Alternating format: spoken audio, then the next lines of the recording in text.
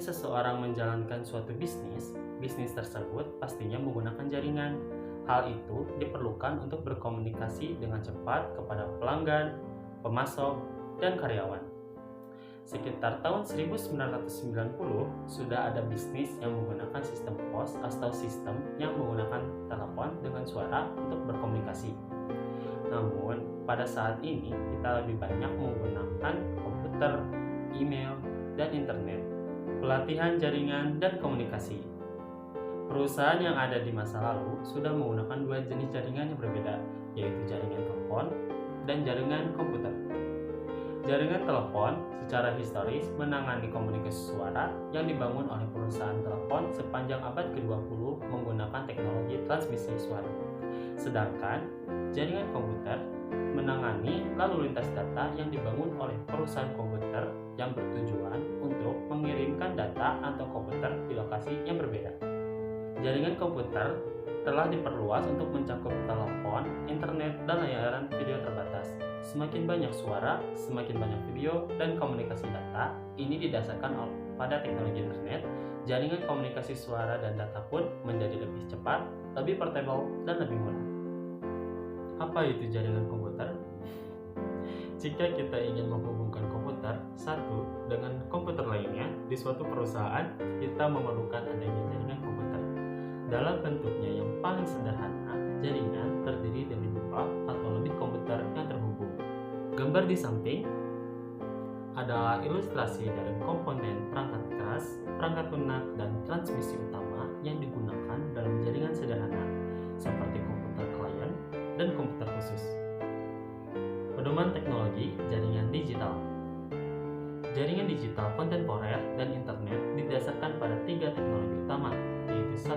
Komputasi klien atau server, 2. Penggunaan packet switching, dan ketiga, pengembangan standar komunikasi yang banyak digunakan, Transmission Control Protocol atau Internet Protocol atau yang disingkat menjadi TCP atau IP.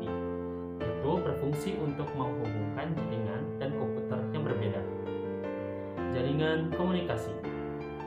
Ada dua cara untuk mengkomunikasikan pesan dalam sebuah jaringan, yaitu sinyal analog dan sinyal digital.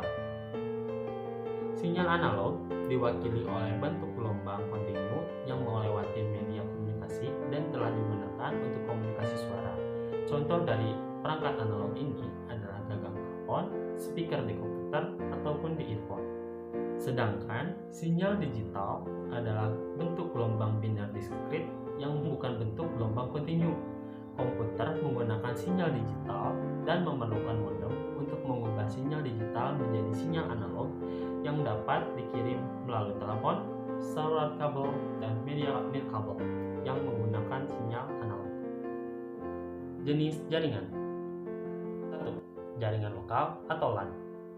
Perusahaan bisnis biasanya menggunakan jaringan di mana jaringan tersebut menghubungkan karyawan dan karyawan lain melalui jaringan lokal yang disebut juga LAN.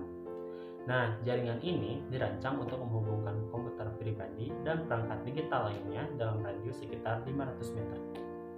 LAN biasanya menghubungkan beberapa komputer di kantor kecil dan semua komputer di satu gedung. Wide Area Network dan jaringan metropolitan dapat menjangkau jarak geografis yang luas yang dapat mencakup seluruh wilayah, negara bagian, atau seluruh dunia. Wide Area Network yang paling universal dan bertenaga adalah internet.